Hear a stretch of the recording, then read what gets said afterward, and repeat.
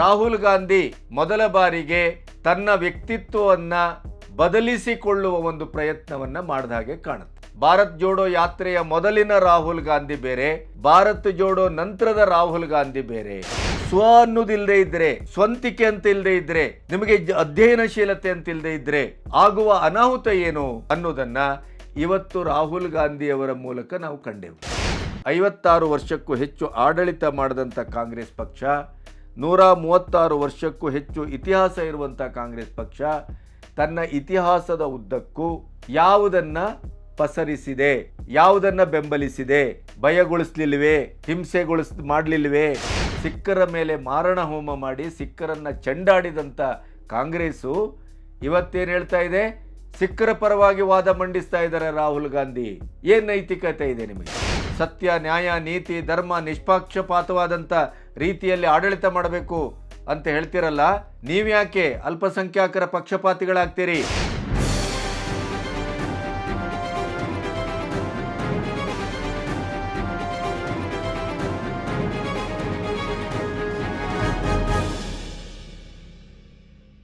ನಮಸ್ತೆ, B Ganapati news ಚಾನಲ್ಲಿಗೆ ಸ್ವಾಗತ.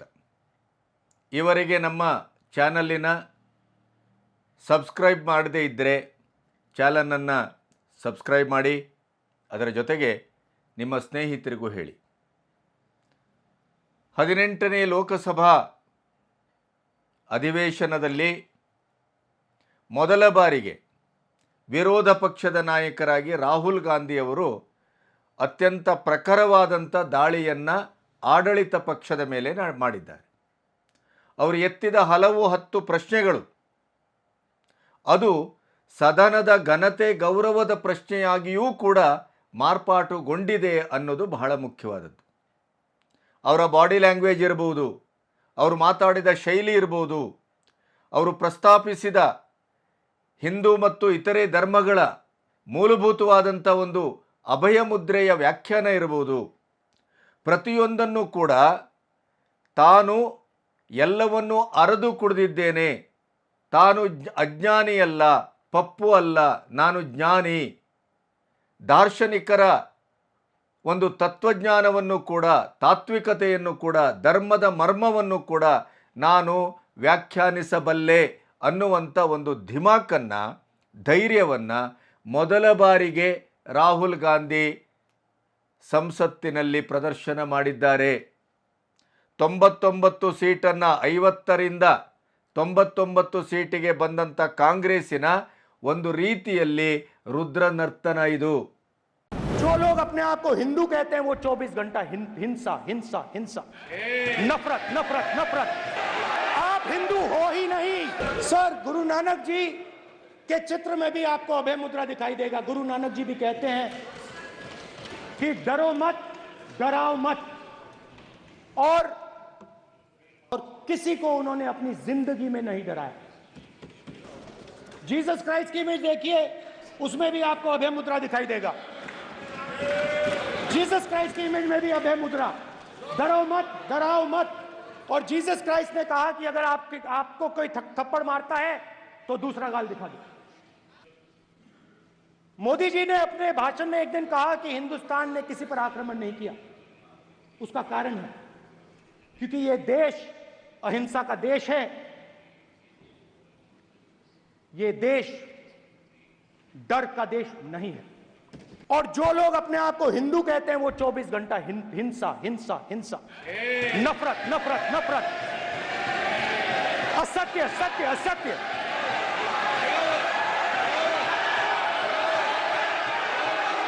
आप हिंदू हो ही नहीं.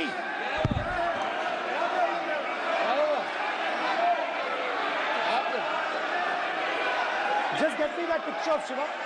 Yes, I'm inside because of this. Hindu धर्म में साफ लिखा है,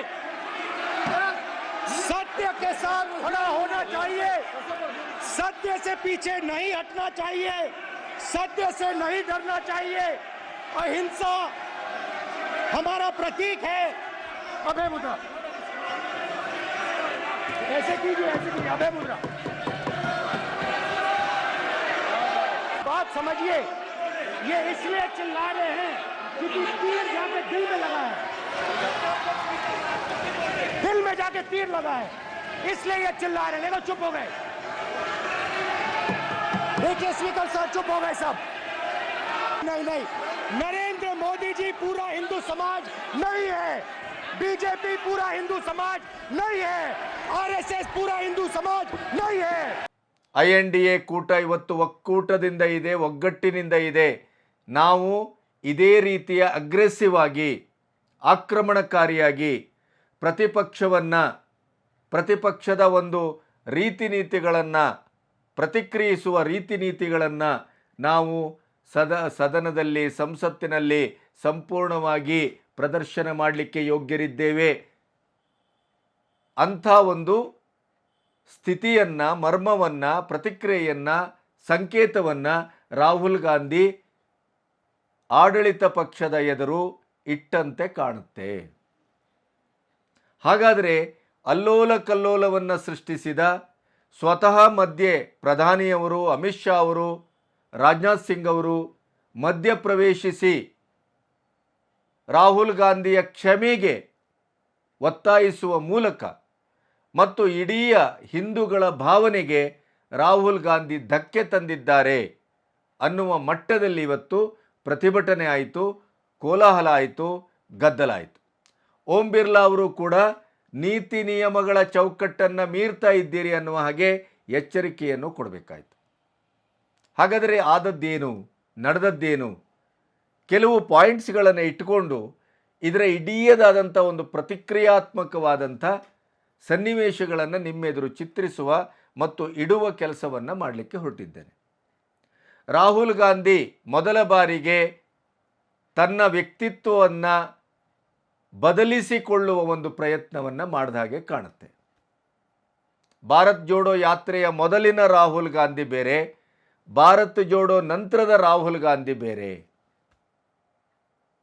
ಅದೇ ರೀತಿಯಲ್ಲಿ INDA ಕೂಟದ ಒಟ್ಟು ಒಂದು ನಿರ್ವಹಣೆ, ಗೆಲುವಿನ ಒಂದು ಮುನ್ನಡೆ, ಅದರಲ್ಲಿ BJPಗೆ ಸ್ವತಂತ್ರವಾಗಿ 10 ವರ್ಷದ ಹಿಂದೆ ಸಿಕ್ಕಿದಂತಹ ಜನಬಲ ಸಿಕ್ಕದೇ ಇರುವಂಥದ್ದು, ಸಂಖ್ಯಾಬಲ ಸಿಕ್ಕದೇ ಇರುವಂಥದ್ದು, ಸಮ್ಮಿಶ್ರ ಸರ್ಕಾರ ಅದರ ಆಳದಲ್ಲಿರುವಂಥ ಅಭದ್ರತೆಯನ್ನು ಎನ್ಕ್ಯಾಶ್ ಮಾಡಲಿಕ್ಕೆ ಹೊರಟಂಗೆ ಕಾಣುತ್ತೆ. ಆ ರೀತಿಯಲ್ಲಿ ಅತ್ಯಂತ ಉಗ್ರವಾಗಿ, ಆಕ್ರಮಣಕಾರಿಯಾಗಿ ಅವರ ಮಾತುಗಳಿದ್ವು. ಒಂದು ರೀತಿಯಲ್ಲಿ 10 ವರ್ಷದ ಹಿಂದೆ ಅಥವಾ ಈ 10 ವರ್ಷಗಳಲ್ಲಿ ನಮಗೆ ಅತ್ಯಂತ ಪ್ರಬಲವಾದಂಥ ಒಂದು ವಿರೋಧ ಪಕ್ಷವೇ ಸಿಕ್ಕಿರಲಿಲ್ಲ, ಆ ಬಗ್ಗೆ ನನಗೆ ನೋವಿದೆ, ಬೇಸರ ಇದೆ ಅಂತ ಏನು ಪ್ರಧಾನಿ ಮೋದಿಯವರು ಹೇಳ್ಕೊಂಡಿದ್ರು. ಮುಂದೆ ಒಳ್ಳೆಯ ಒಂದು ಪ್ರತಿಪಕ್ಷ ಸಿಗತ್ತೆ, ಒಳ್ಳೆಯ ಪ್ರಬಲವಾದಂಥ ಒಂದು ಪ್ರತಿಪಕ್ಷ ಇದ್ದಾಗ ಮಾತ್ರ ನಮಗೂ ಆಡಳಿತವನ್ನು ಅತ್ಯಂತ ಪ್ರಖರವಾಗಿ ನಡೆಸಲಿಕ್ಕೆ ಸಾಧ್ಯ ಆಗತ್ತೆ ಅನ್ನುವಂಥ ಅವರ ಏನು ಮಾತಿತ್ತಲ್ಲ, ಅದಕ್ಕೆ ತಕ್ಕುದಾಗಿ ಇವತ್ತು ರಾಹುಲ್ ಗಾಂಧಿ ವರ್ತಿಸಿದ ಹಾಗೆ ಕಾಣುತ್ತೆ. ಆದರೆ ಅವರ ವರ್ತನೆ ಓಕೆ, ಪ್ರತಿಪಕ್ಷಗಳ ಒಂದು ಆಕ್ರಮಣಶೀಲತೆ ಎಷ್ಟು ಗಟ್ಟಿಯಾಗಿರುತ್ತೋ ಅಷ್ಟು ಎಚ್ಚರದಲ್ಲಿ ಆಡಳಿತ ಪಕ್ಷ ಇರುತ್ತೆ, ಕೆಲಸ ಮಾಡುತ್ತೆ. ಆದರೆ ಸಂಸದೀಯ ವ್ಯವಹಾರಕ್ಕೂ, ಸಂಸತ್ತಿನಲ್ಲಿ ವ್ಯವಹರಿಸುವುದಕ್ಕೂ, ಸಂಸತ್ತಿನಲ್ಲಿ ಬಳಸುವ ಬಾಡಿಗೂ, ಭಾಷೆಗೂ, ಭಾವಕ್ಕೂ ಅದರದೇ ಆದಂಥ ಒಂದು ಚೌಕಟ್ಟಿದೆ, ನಿಯಮಗಳಿದೆ. ಅಲ್ಲಿ ಎಲ್ಲೋ ಒಂದು ಕಡೆ ರಾಹುಲ್ ಗಾಂಧಿ ತನ್ನ ಅಪ್ರಬುದ್ಧತನವನ್ನು, ತನ್ನದೇ ಆದಂಥ ಜ್ಞಾನದ ಕೊರತೆಯನ್ನು, ಇನ್ನೂ ಅವರು ಕಲಿಯಬೇಕಾದದ್ದು ಇದೆ ಅನ್ನೋದನ್ನು, ಎಳಸುತನವನ್ನು ಹೆಚ್ಚು ಪ್ರದರ್ಶನ ಮಾಡಿದ ಹಾಗೆ ಕಂಡಿತು. ಹಾಗಾಗಿ ಅವರಿನ್ನೂ ವಿಷಯವನ್ನು ಮಂಡಿಸುವಾಗ ಒಂದು ಅಧ್ಯಯನದ ಶೀಲತೆಯನ್ನು ಮೈಗೂಡಿಸ್ಕೋಬೇಕು. ಲೈಬ್ರರಿಗಳಿದೆ, ಅದಕ್ಕೆ ಸಾಧ್ಯತೆಗಳಿದೆ, ಬೇಕಾದಷ್ಟು ಹಿರಿಯರಿದ್ದಾರೆ, ಅಥವಾ ಅವರದೇ ಒಂದು ಥಿಂಕ್ ಟ್ಯಾಂಕನ್ನು ಇಟ್ಕೋಬೋದು. ಹಿಂದೆ ರಾಮಕೃಷ್ಣ ಹೆಗಡೆಯವರು ಅದನ್ನು ಇಟ್ಕೊಳ್ತಾ ಇದ್ದರು. ರಾಮಕೃಷ್ಣ ಹೆಗಡೆಯವ್ರಿಗೆ ಅದರ ಅಗತ್ಯ ಇರಲಿಲ್ಲ. ಸ್ವತಃ ಅಧ್ಯಯನ ಇತ್ತು, ಸ್ವತಃ ಪ್ರಬುದ್ಧತೆ ಇತ್ತು, ಸ್ವತಃ 14 ಭಾಷೆಗಳಲ್ಲಿ ಅವರಿಗೆ ಅತ್ಯಂತ ನಿಖರವಾದ ನಿಷ್ಣಾತ ಒಂದು ಇದು ಏನು ವಿದ್ವತ್ತಿತ್ತು. ಆದರೆ ಅವರು ಕೂಡ ತಮ್ಮ ಸುತ್ತಮುತ್ತ ಒಂದು ಚಿಂತನೆಯ ಅಧ್ಯಯನದ ಒಂದು ಥಿಂಕ್ ಟ್ಯಾಂಕನ್ನು ಇಟ್ಕೊಂಡಿದ್ದರು. ಹಾಗೆಯೇ ರಾಹುಲ್ ಗಾಂಧಿ ಇಟ್ಕೋಬೇಕಾದ ಅಗತ್ಯತೆ ಇದೆಯೇನೋ ಅಂತ ಅನಿಸ್ತಾ ಇದೆ. ಯಾಕೆಂದರೆ ಇವತ್ತು ಅವರು ಬಹಳ ಮುಖ್ಯವಾಗಿ ಪ್ರಸ್ತಾಪಿಸಿದ್ದು ಅಭಯ ಮುದ್ರೆಯ ಬಗ್ಗೆ. ಆ ಅಭಯ ಮುದ್ರೆಯ ಬಗ್ಗೆ ನಿರ್ಭಯವಾಗಿ ಮಾತಾಡಿದರು. ಶಿವನ ಫೋಟೋದಿಂದ ಹಿಡಿದು ಗುರುನಾನಕ್ ಫೋಟೋವರೆಗೆ, ಯೇಸು ಕ್ರಿಸ್ತನಿಂದ ಹಿಡಿದು ಮುಸ್ಲಿಮರು ಮಾಡುವಂಥ ನಮಾಜಿನ ಫೋಟೋದವರೆಗೆ ಎಲ್ಲವೂ ಅಭಯ ಮುದ್ರೆ. ಅದಕ್ಕೆ ಪರ್ಯಾಯವಾಗಿ ಮತ್ತು ಒಂದು ರೀತಿಯ ಸಂವಾದಿಯಾಗಿ ಕಾಂಗ್ರೆಸ್ಸಿನ ಚಿಹ್ನೆ ಅಭಯ ಮುದ್ರೆ ಅನ್ನೋದನ್ನು ಅವರು ವ್ಯಾಖ್ಯಾನಿಸಲಿಕ್ಕೆ ಹೊರಟದ್ದು, ಸಮರ್ಥಿಸಲಿಕ್ಕೆ ಹೊರಟದ್ದು. ಆದರೆ ಅದು ಉತ್ತರವೋ ದಕ್ಷಿಣವೋ ಪಶ್ಚಿಮವೋ ಒಂದು ಅರ್ಥ ಆಗದೇ ಅವರ ಪಕ್ಷದವರೇ ಸ್ವತಃ ಕಕ್ಕಾಬಿಕ್ಕಿ ಆದದ್ದು ಬಹಳ ವಿಪರ್ಯಾಸ. ಇದು ಏನನ್ನು ತೋರಿಸ್ತದೆ? ಯಾರದೋ ಬಾಯಿಂದ ಕೇಳಿದ್ದನ್ನು, ಯಾರೋ ಹೇಳಿಕೊಟ್ಟದ್ದನ್ನು ಎಲ್ಲಿಯೋ ಒಂದು ಚರ್ಚೆ ಮಾಡಬೇಕಾದಂಥ ಸ್ಥಿತಿಯಲ್ಲಿ ಸ್ವ ಅನ್ನೋದಿಲ್ಲದೆ ಇದ್ದರೆ, ಸ್ವಂತಿಕೆ ಅಂತ ಇಲ್ಲದೆ ಇದ್ದರೆ, ನಿಮಗೆ ಅಧ್ಯಯನಶೀಲತೆ ಅಂತ ಇಲ್ಲದೆ ಇದ್ದರೆ ಆಗುವ ಅನಾಹುತ ಏನು ಅನ್ನೋದನ್ನು ಇವತ್ತು ರಾಹುಲ್ ಗಾಂಧಿಯವರ ಮೂಲಕ ನಾವು ಕಂಡೆವು. ಅದಕ್ಕಾಗೇ ಅಮಿತ್ ಶಾ ಮಾತಾಡ್ತಾ ಹೇಳಿದರು, ಗುರುನಾನಕ್ ಅವರ ಬಗ್ಗೆ, ಅವರ ಅಭಯ ಮುದ್ರೆಯ ಬಗ್ಗೆ ಮಾತಾಡಿದರು. ಆಮೇಲೆ ಇಸ್ಲಾಂ ಧರ್ಮದ ಬಗ್ಗೆ ಪ್ಲೇ ಕಾರ್ಡನ್ನು ತೋರಿಸಿ ಅದು ಅಭಯ ಮುದ್ರೆ ಅಂತ ವ್ಯಾಖ್ಯಾನಿಸಿದರು. ಇಸ್ಲಾಮಿನ ಮೂಲ ಧರ್ಮದ ಪ್ರಕಾರ ಯಾವುದೇ ಫೋಟೋವನ್ನು, ಚಿತ್ರವನ್ನು ಪ್ರದರ್ಶಿಸುವಾಗಿಲ್ಲ. ಅಲ್ಲಿ ಅವರು ಮುದ್ರೆಗಳ ಬಗ್ಗೆ ಯಾವುದನ್ನೂ ವ್ಯಾಖ್ಯಾನಿಸುವುದಿಲ್ಲ. ಗುರುನಾನಕ್ ಅವರ ವಿಷಯದಲ್ಲಿ, ಮುಸ್ಲಿಮರ ವಿಷಯದಲ್ಲಿ ಈ ಥರದ ಅಭಯ ಮುದ್ರೆಯನ್ನು ಅಲ್ಲಿ ಅಪ್ಲೈ ಮಾಡುವಾಗ ಅದನ್ನು ಒಂದು ಚೂರು ಅವರ ಚಿಂತಕರಿಂದ, ಧರ್ಮಗುರುಗಳಿಂದ, ಅಧ್ಯಯನಶೀಲತೆ ಉಳ್ಳವರಿಂದ ತಿಳ್ಕೊಳ್ಳೋದು ಒಳ್ಳೆಯದು ಅಂತಂದರು. शोर शराबा कर कर इतने बड़े वाकया को छिपाया नहीं जा सकता. विपक्ष के नेताजी ने कैटेगोरिकली कहा है कि जो अपने आप को हिंदू कहते हैं वो हिंसा करते हैं. करोड़ों लोग अपने आप को गर्व से हिंदू कहते हैं. क्या वो सभी लोग हिंसा की बात करते हैं? अभय की बात तो इनको करने का कोई अधिकार नहीं है. आपातकाल में पूरे देश को इन्होंने भयभीत करा है. दिल्ली में दिन दहाड़े हजारों सिख भाइयों का कत्लेआम उनके शासन में हुआ. पहला भाषण होने के बावजूद माफी मांगनी चाहिए. ಇಂಥ ಅಸಂಬದ್ಧಗಳನ್ನು ಒಂದು ಕಡೆ ಬದಿಗಿಟ್ಟು ನೋಡುವುದಾದರೆ ಅವರು ಇವತ್ತು ಹೇಳಿದ್ದೇನು? ಎಲ್ಲ ಧರ್ಮಗಳು ಅಹಿಂಸೆಯನ್ನು, ಸತ್ಯವನ್ನು, ನೀತಿಯನ್ನು ಬೋಧಿಸ್ತವೆ. ಹೆದರಬೇಡ, ಹೆದರಿಸಬೇಡ. ಇದು ಇಡೀ ಧರ್ಮದ ಮೂಲ ಧಾತು. ಅಹಿಂಸೆ ಭಾರತದ ಒಟ್ಟು ನೆಲದ ಗುಣ. ಇದನ್ನು ಅವರು ಹೇಳ್ತಾ ಏನು ಹೇಳಿದರು? ಇಡೀ ಆಡಳಿತ ಪಕ್ಷ ದೇಶವನ್ನು ಭಯದಲ್ಲಿಟ್ಟಿದೆ, ಭಯಪಡಿಸಿದೆ ಮತ್ತು ಭಯಗೊಳಿಸಿದೆ. ಪ್ರತಿಪಕ್ಷವನ್ನು ಜೈಲಲ್ಲಿಟ್ಟಿದೆ. ದಲಿತರನ್ನು, ಬುಡಕಟ್ಟು ಜನಾಂಗದವರನ್ನು, ಶೋಷಿತರನ್ನು, ಅಲ್ಪಸಂಖ್ಯಾತರನ್ನು ಅವರ ಮೇಲೆ ದಾಳಿ ಮಾಡಿದೆ, ಹಿಂಸೆ ನೀಡಿದೆ. ನನ್ನ ಮೇಲೇ 24 ಕೇಸುಗಳಿದೆ, 2 ವರ್ಷ ಜೈಲಿನ ಆದೇಶ ಇದೆ. ಇಡಿ, IT ಮತ್ತು CBIಯನ್ನು ಮುಂದಿಟ್ಟುಕೊಂಡು ಇನ್ನಿಲ್ಲದಂತೆ ಪ್ರತಿಪಕ್ಷವನ್ನು ಹಿಂಸೆ ಮಾಡಲಾಗಿದೆ, ಭಯಪಡಿಸಲಾಗಿದೆ. ಆದರೆ ನಮ್ಮ 24 ಗಂಟೆ ನಾವು ಹಿಂದೂಗಳು, ನಾವು ಹಿಂದೂಗಳು, ನಾವು ಹಿಂದೂಗಳು ಅಂತ ಹೇಳ್ಕೊಳ್ಳುವವರು 24 ಗಂಟೆಯೂ ಹಿಂಸೆ ಮಾಡ್ತಾ ಇದ್ದಾರೆ. 24 ಗಂಟೆಗೂ ಹಿಂಸೆಗೆ ಪ್ರಚೋದನೆ ಕೊಡ್ತಾ ಇದ್ದಾರೆ. 24 ಗಂಟೆಯೂ ಸುಳ್ಳು ಹೇಳ್ತಾ ಇದ್ದಾರೆ. 24 ಗಂಟೆಯೂ ನಫರತ್ ಅಂದರೆ ದ್ವೇಷದ ರಾಜಕಾರಣ ಮಾಡ್ತಾ ಇದ್ದಾರೆ, ದ್ವೇಷವನ್ನು ಬಿತ್ತುತ್ತಾ ಇದ್ದಾರೆ.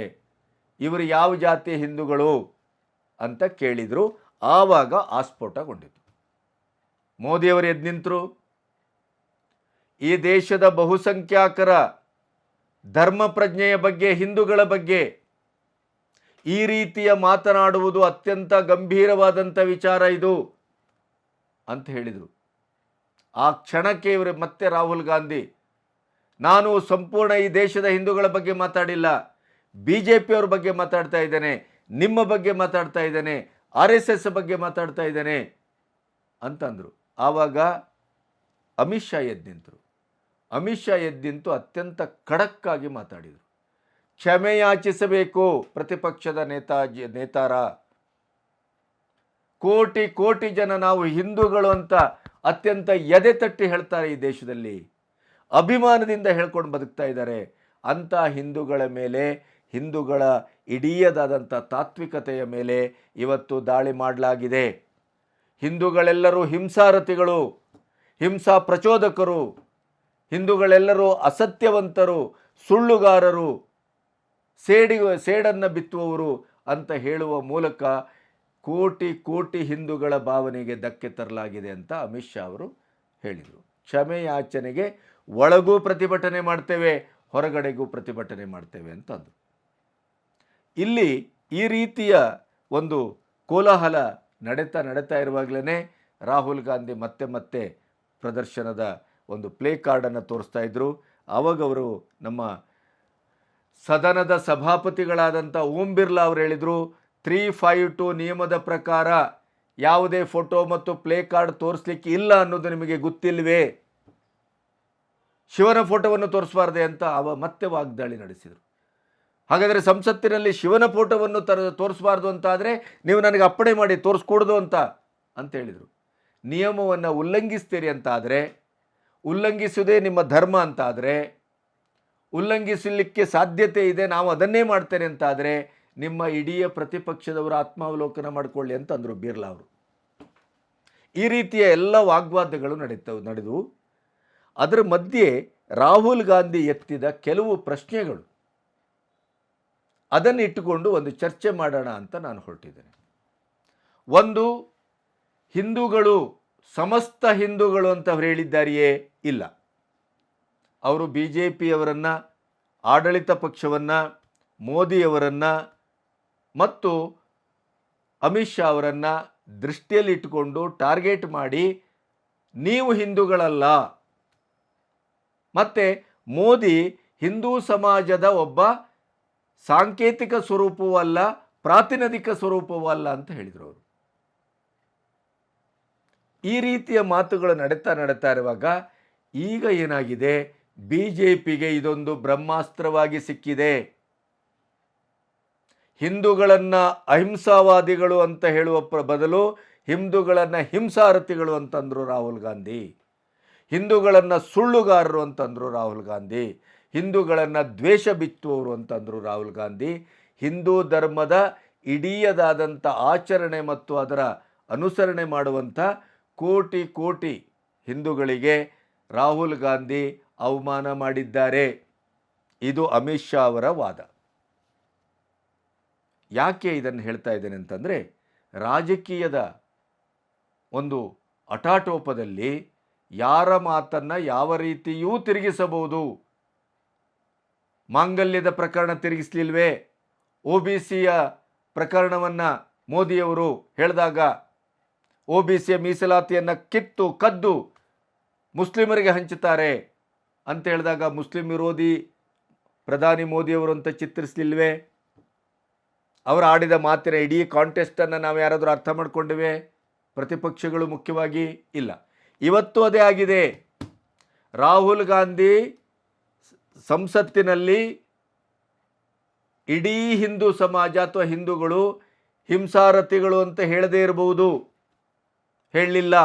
ಆದರೆ ಅವರು ಮಾಡಿದ ಹಿಂದೂ ವ್ಯಾಖ್ಯಾನದ ಅಂಡರ್ನಲ್ಲಿ BJP, ಅಮಿತ್ ಶಾ, ಮೋದಿ, ಆಡಳಿತ ಪಕ್ಷ ಅಂತ ಸ್ಪೆಸಿಫಿಕ್ ಆಗಿ ಹೇಳಬೇಕಾಗಿತ್ತು. ಇದು ಒಬ್ಬ ಸಂಸದನಾಗಿ ಅವರು ಎಡವಿದ ರೀತಿ.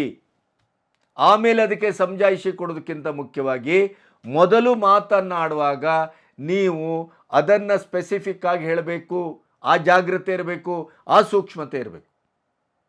ಆಮೇಲೆ ಇದನ್ನೇ ಮುಂದುವರಿಸಿದಾದರೆ ಈ ದೇಶದಲ್ಲಿ ಹಿಂಸೆಯನ್ನು ನಾವು ಅಹಿಂಸಾವಾದಿಗಳು, ನಾವು ನಫರತ್ ಕಾ ದುಕಾನ್ ಅಲ್ಲ ತೆಗಿತಾ ಇರೋದು, ನಾವು ಮೊಹಬ್ಬತ್ ಕಾ ದುಕಾನ್ ತೆಗಿತಾ ಇದ್ದೇವೆ, ನಾವು ಹಿಂದೂ ಧರ್ಮದ ಅಥವಾ ಎಲ್ಲ ಧರ್ಮದ ಅಹಿಂಸಾವಾದವನ್ನು, ಸತ್ಯವನ್ನು, ನ್ಯಾಯವನ್ನು, ನೀತಿಯನ್ನು ನಾವು ಅನುಸರಿಸ್ತಾ ಇದ್ದೇವೆ. ಆಡಳಿತ ಪಕ್ಷ ಹಿಂಸಾರತಿಯನ್ನೇ ಮುಂದುವರಿಸಿದೆ, ಭಯಪಡಿಸುವುದನ್ನೇ ಮುಂದುವರಿಸಿದೆ, ಭಯಗ್ರಸ್ತಗೊಳಿಸುವುದನ್ನೇ ಮುಂದುವರಿಸಿದೆ. ಸಾಂಸ್ಥಿಕ ಸ್ವರೂಪಗಳನ್ನು ಇಡಿ, IT ಇನ್ನೂ ಮುಂದು ಎಲ್ಲವನ್ನ ಬಳಸಿ ಅಂತ ನೀವೇನು ವ್ಯಾಖ್ಯಾನ ಮಾಡ್ತಾ ಇದ್ದೀರಿ.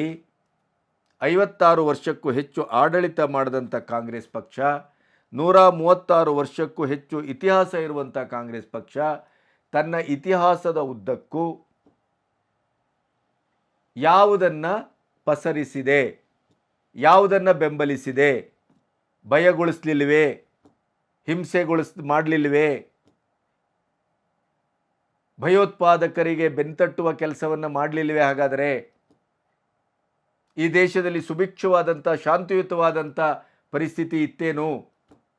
ಪ್ರತಿಪಕ್ಷದ ಮೇಲೆ ನೀವು ಇಡಿ ಮತ್ತು IT, CBIಯನ್ನು ಚೂ ಬಿಟ್ಟಿರಲಿಲ್ವೇನು? ನೀವು ಒಂದು ತನಿಖಾ ಸಂಸ್ಥೆಗಳನ್ನು ತಮ್ಮ ಊಳಿಗದ ಆಳು ಅನ್ನುವ ರೀತಿಯಲ್ಲಿ ಅಲ್ಲಿಯ ಕೆಲಸ ಮಾಡುವವರನ್ನು ಅಥವಾ ಸಂಸ್ಥೆಗಳನ್ನು ನೀವು ಬಳಸ್ಕೊಂಡಿಲ್ವೇ? ಜವಾಹರ್ಲಾಲ್ ನೆಹರು ಬಳಸಿಲ್ವೇ? ಇಂದಿರಾ ಗಾಂಧಿಯವರು ಬಳಸಿಲ್ವೇ? ರಾಜೀವ್ ಗಾಂಧಿಯವರು ಬಳಸಿಲ್ವೇನೋ? ನರಸಿಂಹರಾವ್ ಬಳಸಿಲ್ವೇ? ಅಯೋಧ್ಯೆಯಲ್ಲಿ ಬಾಬ್ರಿ ಮಸೀದಿಗೆ ಬಿದ್ದಾಗ ಎಷ್ಟು ರಾಜ್ಯ ಸರ್ಕಾರಗಳು BJPಯ ಅಧಿಕಾರದಲ್ಲಿದ್ದಂಥ ಸರ್ಕಾರಗಳನ್ನು ಕಿತ್ತೆಸೆದ್ರಿ? ಸಂವಿಧಾನದ ಬಗ್ಗೆ, ಸಂವಿಧಾನವನ್ನು ಕಾಪಾಡುವಂಥ, ಸಂವಿಧಾನವನ್ನು ಹಿಡ್ಕೊಂಡು ಇವತ್ತು ಇಡೀ ದೇಶ ತಿರುಗ್ತಾ ಇದ್ದೀರಿ, ತಗೊಳ್ತೀರಿ. ಸಂವಿಧಾನ ರಕ್ಷಣೆ ಮಾಡೋದಿದ್ರೆ ಅದು ಕಾಂಗ್ರೆಸ್ ಮಾತ್ರ ಅಂತ ಘೋಷಿಸ್ತೀರಿ. ಸಂವಿಧಾನವನ್ನು ಇಡಿಯದಾಗಿ ಬರ್ಖಾಸ್ತುಗೊಳಿಸಿ ಸಂವಿಧಾನವನ್ನು ಅಸಂವಿಧಾನಿಕವಾಗಿ ನೋಡಿಕೊಂಡು ಸಂವಿಧಾನಕ್ಕೆ ಕವಡೆ ಕಾಸಿನ ಬೆಲೆ ಕೊಡದೇನೆ 50 ವರ್ಷದ ಹಿಂದೆ ಎಮರ್ಜೆನ್ಸಿ ಹಾಕಿದವರು ಯಾರು? ಇಡೀ ದೇಶವನ್ನು ಭಯದ ವಾತಾವರಣದಲ್ಲಿ ಜೈಲಿಗಟ್ಟಿದವರು ಯಾರು? ಇಡೀ ದೇಶದಲ್ಲಿ ಹಿಂಸಾಚಾರಕ್ಕೆ ಕಾರಣವಾಗುವಾಗೆ ಎಮರ್ಜೆನ್ಸಿಯನ್ನು ಹಾಕಿದವರು ಯಾರು? ಸ್ವಾತಂತ್ರ್ಯ ಹರಣ ಮಾಡಿದವರು ಯಾರು? ನೀವೇ ಅಲ್ವೇ?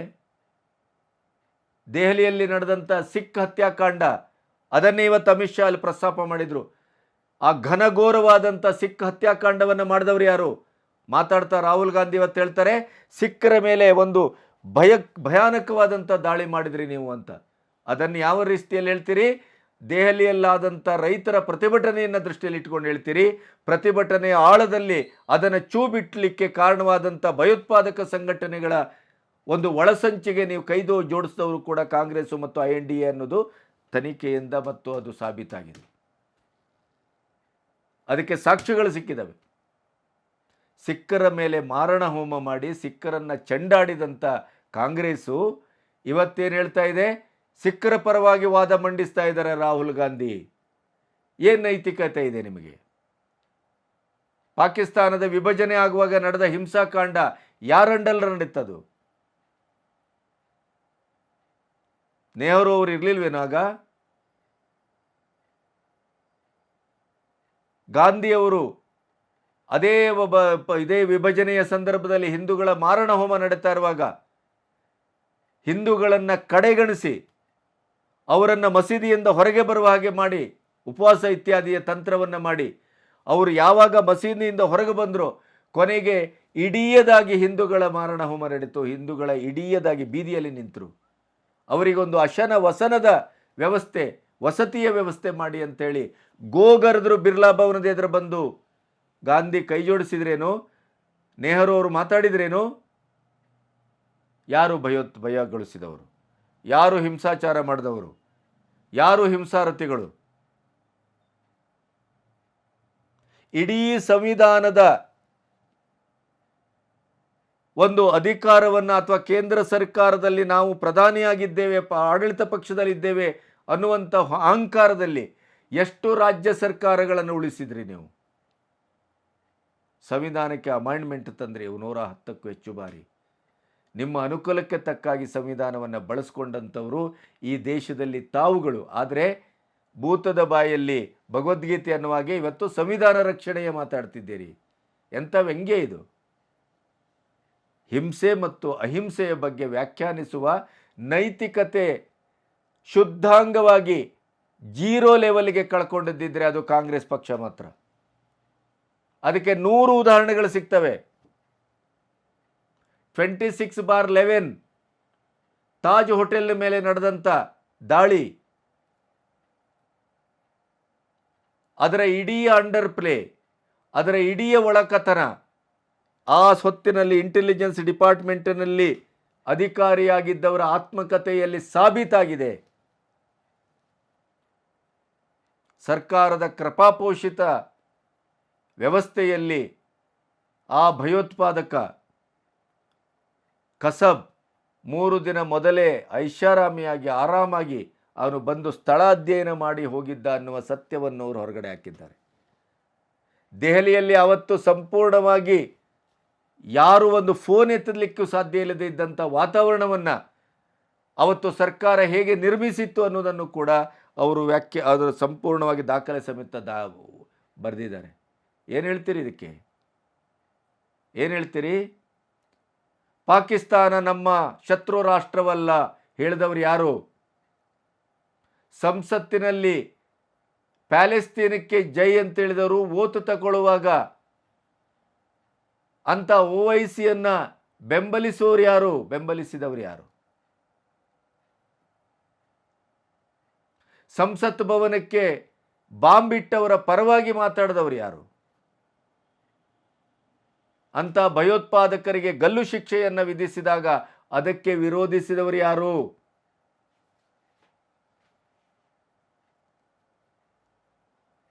ಇಂಥ ಇವರ ಬಾಯಲ್ಲಿ ಹಿಂಸೆ, ಸತ್ಯ, ಅಹಿಂಸೆ, ಭಯಪಡಿಸಬಾರದು, ಭಯಗೊಳ್ಳಬಾರದು, ನಮ್ಮ ಎಲ್ಲ ಧರ್ಮದವ್ರದು. ಈಗ ಶಿವ ಯಾಕೆ ನೆನಪಾದ ನಿಮಗೆ?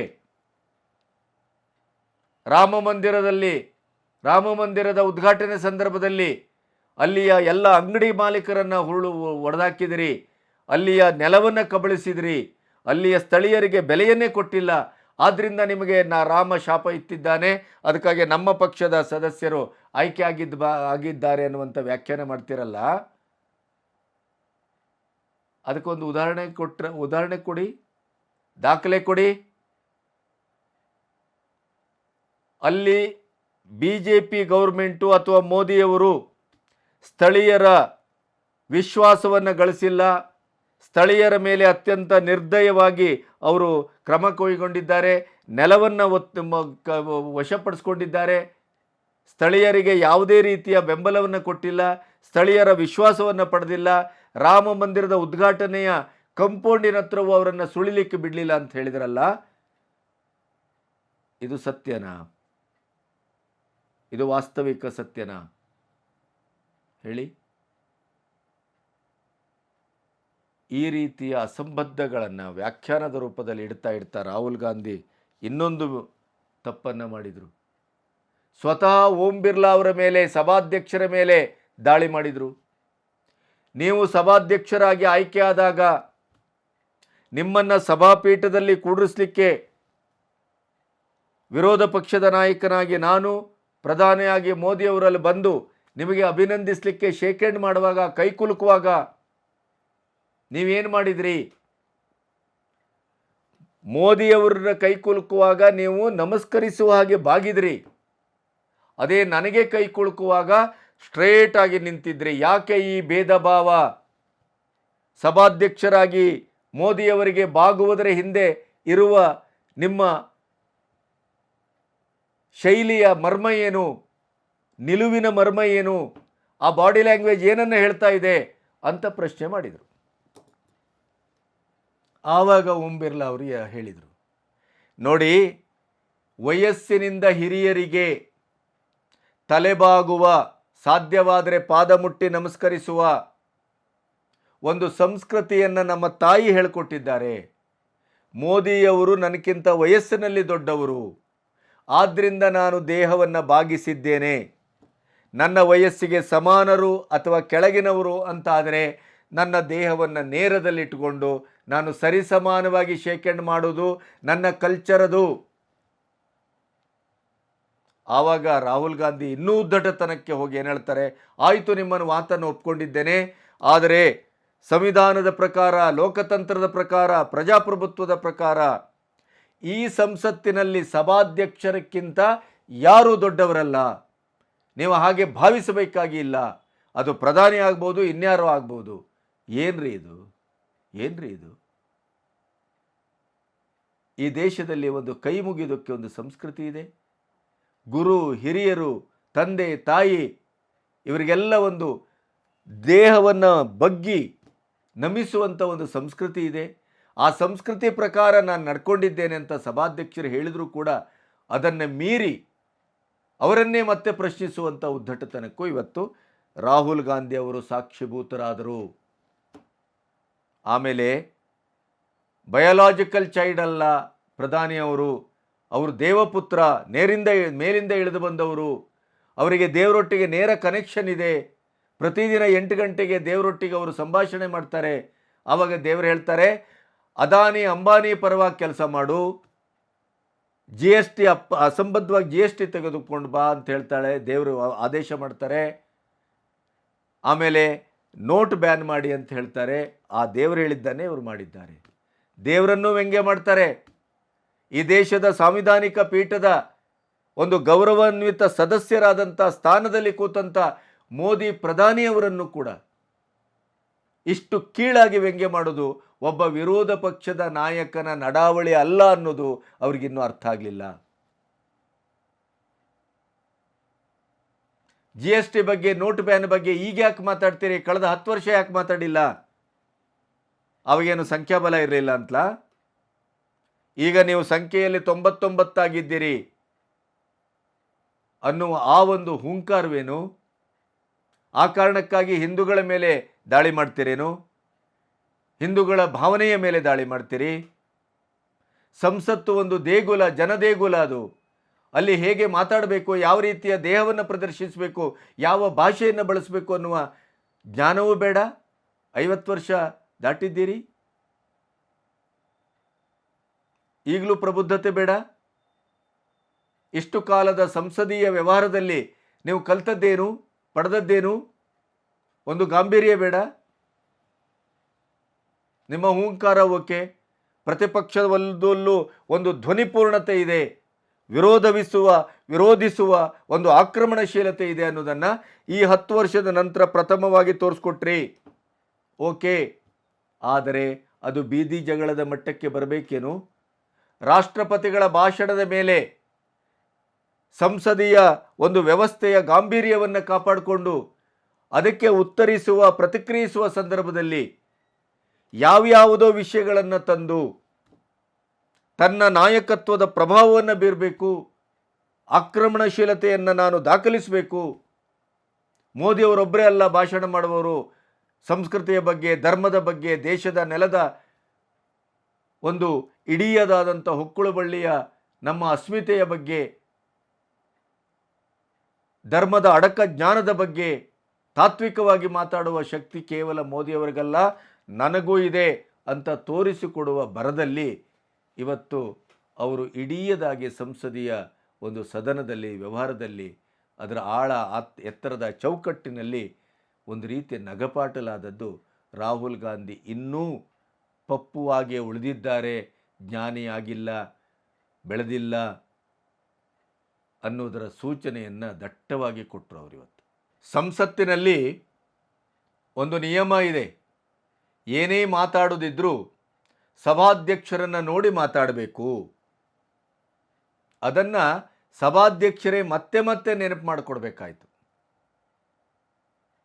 ಅಷ್ಟರ ಮಟ್ಟಿಗೆ ಅಪ್ರಬುದ್ಧತನ, ಕೀಳುತನ, ಕೀಳು ಭಾಷೆ. ಶಿವನ ಬಗ್ಗೆ, ವಿಷಕಂಠ ಶಿವನ ಬಗ್ಗೆ, ಸರ್ಪಧಾರಿ ಶಿವನ ಬಗ್ಗೆ, ತ್ರಿಶೂಲಧಾರಿ ಶಿವನ ಬಗ್ಗೆ ಇವತ್ತು ಅವರು ಮಾತಾಡಿದ ಮಾತುಗಳನ್ನು ಕೇಳಿದರೆ ಸ್ವತಃ ಶಿವನೇ ಇದ್ದರೆ ಆ ತ್ರಿಶೂಲವನ್ನು ಅವನೇ ಚುಚ್ಚಿಕೊಂಡು ಇವತ್ತು ಅದಕ್ಕೆ ಪ್ರಾಯಶ್ಚಿತ್ತವನ್ನು ಮಾಡಿಕೊಳ್ತಾ ಇದ್ದರು. ಅಂಥ ಒಂದು ಅದ್ಭುತ ವ್ಯಾಖ್ಯಾನ. ಈ ದೇಶದ ಬಗ್ಗೆ ಕಾಳಜಿ ಇಲ್ಲ, ಈ ದೇಶದ ಭವಿಷ್ಯದ ಬಗ್ಗೆ ಕಾಳಜಿ ಇಲ್ಲ.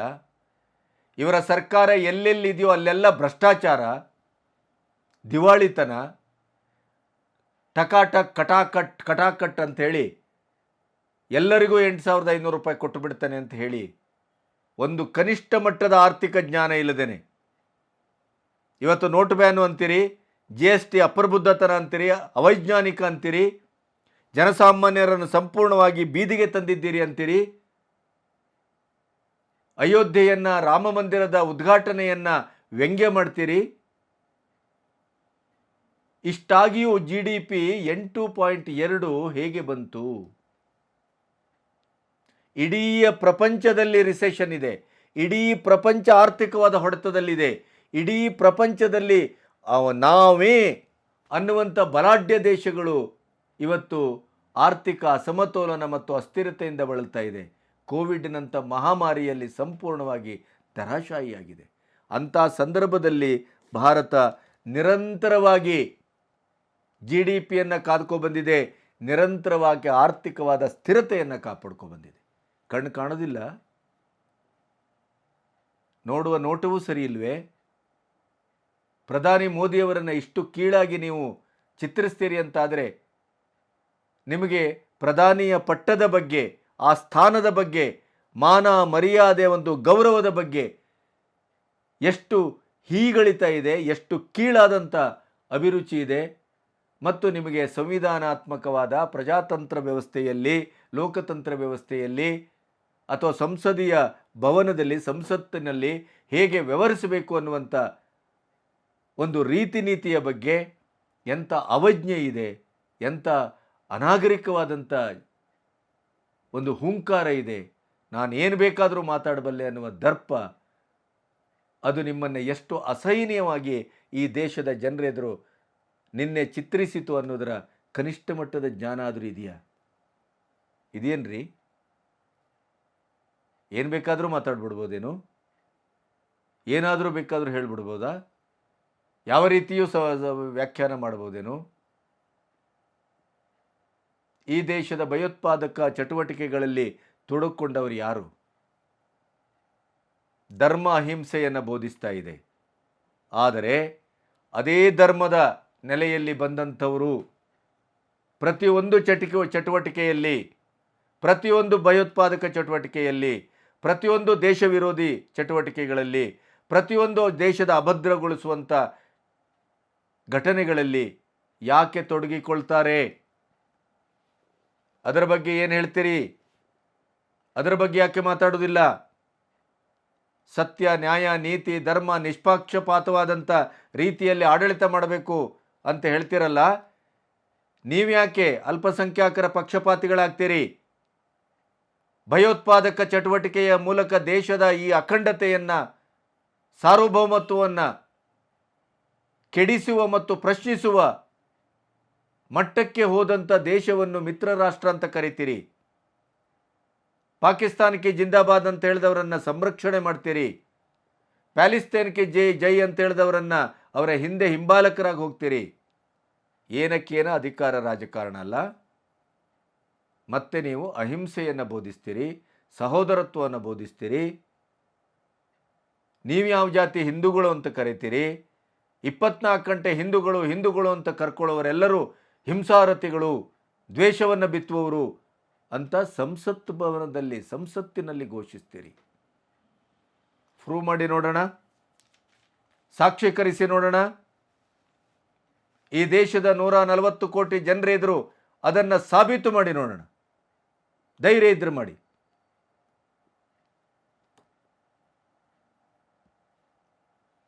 ಏನಕ್ಕೇನ ಪ್ರಹಾರ ಮಾಡೋದ್ರಲ್ಲಿ ಅರ್ಥ ಇಲ್ಲ. ಪ್ರಹಾರ ಮಾಡೋದಕ್ಕೂ ಒಂದು ಅರ್ಥ ಇರಬೇಕು, ಅದಕ್ಕೊಂದು ಹೂರಣ ಇರಬೇಕು, ಅದಕ್ಕೊಂದು ಜ್ಞಾನ ಇರಬೇಕು, ಅದಕ್ಕೊಂದು ಅಧ್ಯಯನ ಇರಬೇಕು, ಅದಕ್ಕೆ ದಾಖಲೆ ಇರಬೇಕು. ಸಂಸತ್ತಿನ ಇಡೀ ನಡಾವಳಿಯಲ್ಲಿ ಸುಪ್ರೀಂ ಅಂತ ಅನ್ಸ್ಕೊಂಡಂಥ ಸಭಾಧ್ಯಕ್ಷರಿಗೆ ಎದುರು ಮಾತಾಡುವಂಥ ಉದ್ದಟತನ ತೋರಿದ್ದೀರಿ ನಿನ್ನೆ ರಾಹುಲ್ ಗಾಂಧಿ ಅವರೇ. ಸಂಸದೀಯ ವ್ಯವಹಾರದ ಪಟುತ್ವ ಅಂದರೆ ಇದೇನೇನು? ಅಟಲ್ ಬಿಹಾರಿ ವಾಜಪೇಯಿ ಅಂಥವರು ಎಂಥೆಂಥವರು ಸಂಸದೀಯ ಪಟುಗಳಾಗಿ ಅಲ್ಲಿ ಮಾತನಾಡಿದ ನೆಲ ಅದು, ಜಾಗ ಅದು, ಭವನ ಅದು. ಭವನ ಬದಲಾಗಿರಬಹುದು, ಪ್ರಜಾತಂತ್ರ ಬದಲಾಗಿಲ್ಲ, ಲೋಕತಂತ್ರ ಬದಲಾಗಿಲ್ಲ. 75 ವರ್ಷದ ಸನಿಹದಲ್ಲಿ ನಿಂತಿದ್ದೇವೆ. ಏನನ್ನು ಕೊಡ್ತಾ ಇದ್ದೀರಿ? ವಿಶ್ವಕ್ಕೆ ಯಾವ ಸಂದೇಶವನ್ನು ಕೊಡ್ತಾ ಇದ್ದೀರಿ? ಏನಕ್ಕೇನ ಅದು ವಿರೋಧ ಪಕ್ಷವೇ ಆಗಬೇಕೆ ಹೊರತು ಪ್ರತಿಪಕ್ಷ ಆಗಲಿಕ್ಕೆ ಸಾಧ್ಯ ಇಲ್ಲ ಅನ್ನೋದನ್ನು ಮತ್ತೆ ಮತ್ತೆ ಪ್ರೂವ್ ಮಾಡ್ತಾ ಇದ್ದೀರಿ. ಇದು ಕೆಟ್ಟ ಪರಂಪರೆಗೆ ನಾಂದಿ ಹಾಡಿದ್ದೀರಿ, ಒಳ್ಳೆ ಪರಂಪರೆ ಅಲ್ಲ. ಧ್ವನಿ ಏರಿಸಿರಬಹುದು, ಪ್ರತಿಪಕ್ಷ ನಾಯಕನಾಗಿ ಗುಡುಗಿರಬಹುದು, ಪ್ರತಿಪಕ್ಷ ನಾಯಕನಾಗಿ ಆಡಳಿತ ಪಕ್ಷವನ್ನು ಒಂದು ರೀತಿಯ ಹದ ತಪ್ಪಿಸುವ ಮಟ್ಟಕ್ಕೆ ನಾನು ಮಾತಾಡಿದ್ದೇನೆ, ಬಿ ಜೆ ಪಿಯವರನ್ನು ಚುಚ್ಚಿದ್ದೇನೆ, ಅದಕ್ಕಾಗಿ ಅವರು ಈ ರೀತಿ ಪ್ರಲಾಪ ಮಾಡ್ತಾರೆ ಅಂತ ತಾವು ಹೇಳ್ತೀರಿ. ಅದಲ್ಲ. ನೀವು ನಡೆದ ದಾರಿ ಸರಿಯಿಲ್ಲ, ನೀವು ನಡೆದ ದಾರಿ ಅಪ್ರಬುದ್ಧತನದ್ದು, ಅಜ್ಞಾನಗಳು ವರ್ತಿಸುವ ರೀತಿ ಮತ್ತು ಸಂಸತ್ ಭವನದ ಇಡೀ ನಡಾವಳಿಯನ್ನು ಬೀದಿಗೆ ತರುವ ಮಟ್ಟಕ್ಕೆ ನೀವು ಇಳಿದಿದ್ದೀರಿ ಅನ್ನೋದನ್ನು ಸೂಕ್ಷ್ಮವಾಗಿ ಅರ್ಥ ಮಾಡಿಕೊಂಡಷ್ಟು ನೀವು ಮುಂದೆ ಸುಧಾರಿಸ್ಬೋದು ಅಂತ ನಾನು ಭಾವಿಸ್ತೇನೆ. ನಮಸ್ತೆ.